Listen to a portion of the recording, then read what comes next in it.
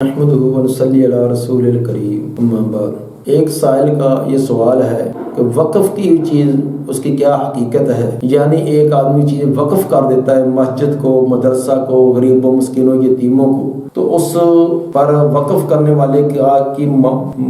ملکیت اس پر اس کی رہے گی۔ ملکیت سے مراد وہ آگے اس کو بیچ دے، آگے ہبہ کر دے، وراثت میں کہ وہ چلے گی یا نہیں۔ شریعت کا اصول یہ ہے کہ جب کوئی چیز وقف کر دی جائے تو وقف کی ہوئی چیز اس کو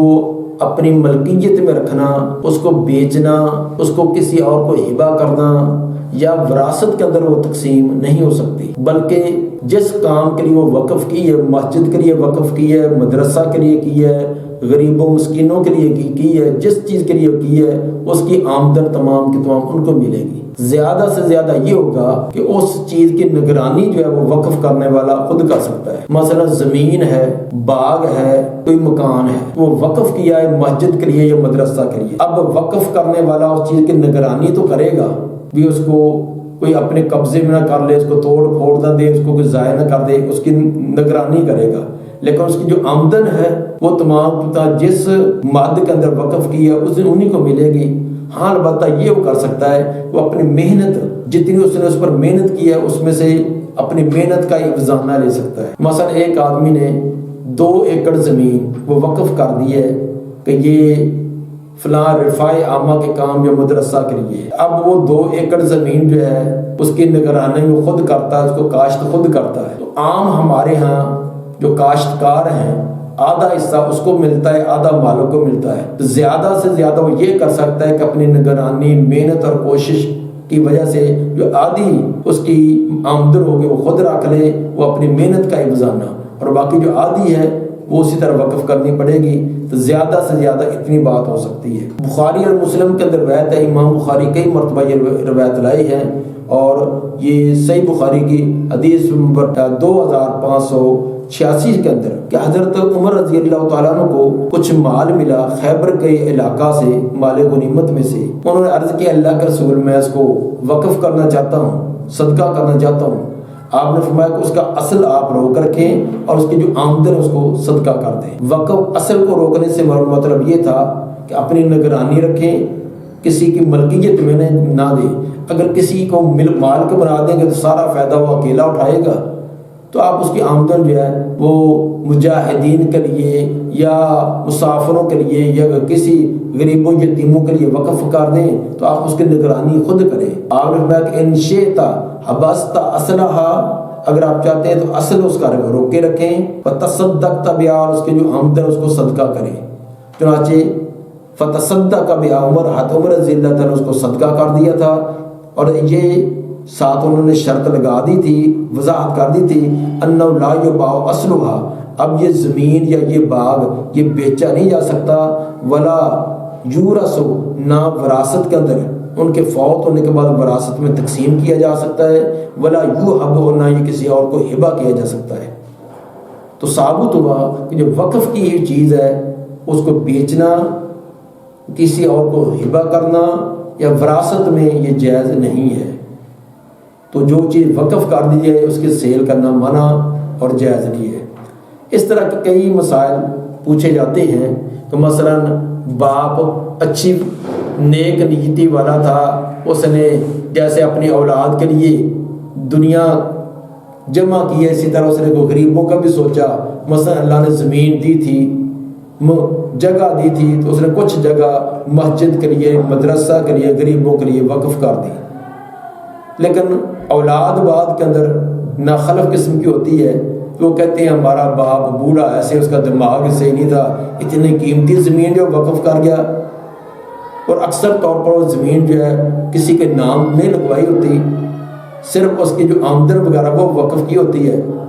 تو نام اس بزرگ کی اپنی ہوتی ہے۔ تو چنانچہ ہوتا یہ ہے کہ وہ پیچھے والی اولاد اس کو آگے بیچ دیتی ہے، کوئی کون اس کو پوچھتا ہے، کون اس کو کرتا ہے۔ بعض ایسے سوال میرے پاس بھی آتے ہیں، تو یہ طریقہ درست نہیں ہے۔ اگر باپ نے وقف کر دی، وقف کے لیے تحریر کرنا لازمی نہیں ہے، تحریر کرنا، رجسٹری انتقال کرنا کوئی لازمی نہیں ہے، بلکہ صرف زبان سے اگر کہہ دیا ہے کہ یہ زمین، یہ مکان، یہ دکان میں نے وقف کر دی ہے تو وقف ہو گئی ہے، تو اب وہ خود یا اس کے فوت ہونے کے بعد اس کی اولاد اس کی نگرانی کر سکتی ہے،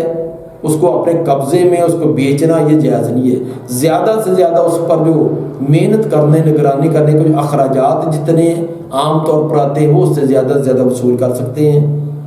ایسے لوگوں کو جو اپنے والدین کے وقف کی چیز پر اس کو آگے بیچتے ہیں یا اپنے قبضے میں کر لیتے ہیں یا کسی اور طریقے سے اپنے ذاتی استعمال میں لے آتے ہیں، ان کو قرآن کا سورہ قلم کے اندر جو واقعہ بیان کیا گیا ہے وہ ان کے لیے ایک بہت بڑی ان کے لیے ایک تنبیہ ہے۔ ان کو یہ یاد رکھنا چاہیے، یہ سورہ قلم کی آیت نمبر 17 سے لے کر آگے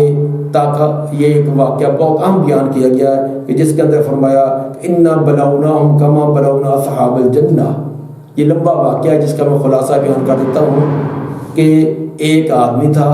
اس کا عمدہ باغ تھا، وہ اپنے باغ کی جتنی بھی آمدن تھی اس کے 3 حصے کرتا، ایک حصہ اپنے اولاد کے لیے اپنے لیے رکھ لیتا، ایک حصہ وہ باغ کی زرخیزی کے لیے اس پر محنت مشقت اس کے لیے، اور تیسرا حصہ غریبوں مسکینوں کے لیے۔ نتیجہ یہ تھا کہ اس کی اس غریبوں مسکینوں کا خیال رکھنے کی وجہ سے اللہ نے بڑی برکتیں ڈالی تھی، تو باغ جو بہترین پھل دیتا، دوسروں کے باغ پھل کبھی تھوڑا ہوتا کبھی زیادہ، لیکن اس کا باغ ہمیشہ ہی پھل آور ہوتا۔ یہ اللہ کی طرف سے جب وہ اللہ کے لیے کرتا تھا تو اللہ بھی اس کے لیے پھر ایسے مہربانیاں کرتا تھا۔ جب وہ بزرگ فوت ہو گیا، ان کا باپ فوت ہو گیا، تو باقی اولاد جو ہے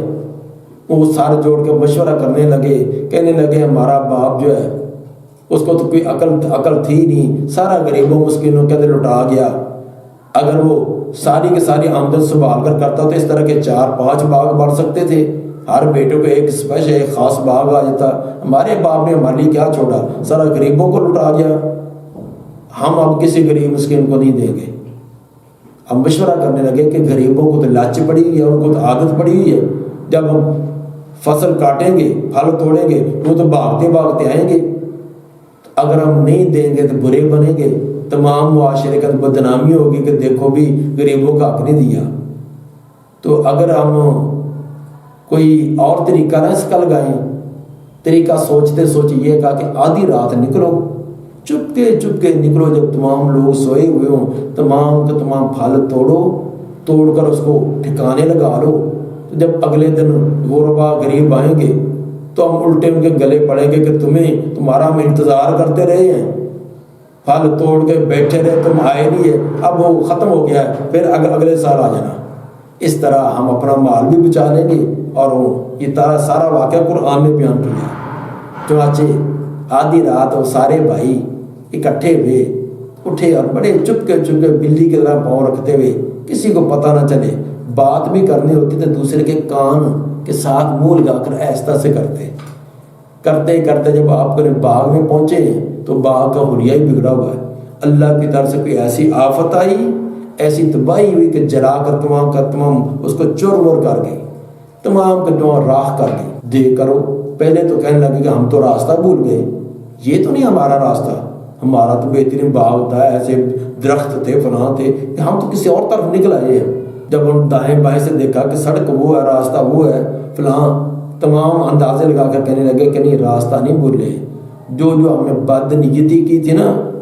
غریبوں مسکینوں کا حق دبانے کی، وہ ہم پر شامت بن کے ہم پر تباہی آ چکی ہے۔ پھر وہ توبہ استغفار کرنے لگے، ہم نے غلطی کی، ہم نے فلاں کیا، اب تو جو ہونا تھا ہو چکا۔ یہ اللہ نے قرآن کے اندر سورہ قلم کے اندر یہ واقعہ بیان کیا ہے۔ تو جو ایسی عقل مند اولاد ہوتی ہے نا، اپنے والدین کے وقف کیے ہوئے، صدقہ کیے ہوئے کو واپس لانے کے لیے کوئی نہ کوئی ہیلا سوچتی ہے، ان کو یہ انجام سامنے رکھنا چاہیے۔ عین ممکن ہے کہ آپ کو جو کچھ مل رہا ہے اور والدین کی یہ نیکی تقوی کی وجہ سے، اور جو غریبوں مسکینوں کا حق نکالتے تھے اس کی وجہ سے مل رہا ہو، اگر غریبوں مسکینوں کو ان کا حق دباؤ گے، غصب کرو گے، اور گرے ہوئے کو اور ٹھوکر لگانے کی کوشش کرو گے، تو گرے ہوئے کی کو ٹھڈا لگانے سے، ٹھوکر لگانے سے اس کی آہ ایسے نکلتی ہے کہ سر سبز و باغ جو ہیں وہ بھی راکھ ہو جاتے ہیں۔ تو اس طرح اگر کوئی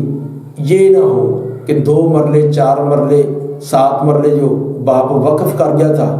آپ اس کو اپنے قبضے میں کر کے بیچ دیں تو اس کا نتیجہ یہ نکلے کہ آپ کو گھر کی زمین بھی کسی مصیبت میں بیچنی پڑے، اللہ کی طرف سے ایسی گرفت آئے گھر کی زمین بھی بیچنی پڑے، دکان بھی بیچنی پڑے۔ اگر نہیں اعتبار تو کسی جیل کے اندر جا کر دیکھ لیں، جو بڑے بڑے سیٹھ تھے، زمینوں کے مالک تھے،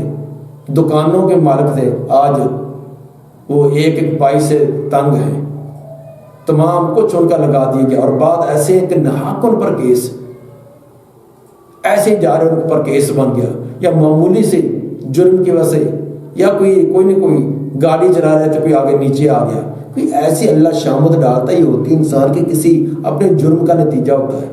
کوئی اس نے کسی کا حق دبایا ہوتا ہے، کسی پر ظلم کیا ہوتا ہے،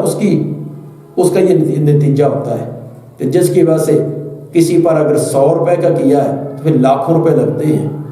اس طرح ظلم و زیادتی کرنے سے بچنا چاہیے۔ اللہ تعالیٰ ہمیں توفیق عطا فرمائے، بلکہ جیسے والدین نے کیا تھا انہی کے نقش قدم پر چلتے ہوئے ہمیں اور دل کی خوشی سے، فراخی سے اور زیادہ کرنا چاہیے۔ اس کے سلسلے میں بہت زیادہ مثالیں بھی ہیں کہ جنہوں نے اس انداز میں کیا ہے تو ان کے کیسے کاروبار اللہ تعالیٰ نے چمکائے ہیں، کہتے ہیں ان کو چلائے ہیں۔ تو اللہ تعالیٰ ہمیں توفیق عطا فرمائے۔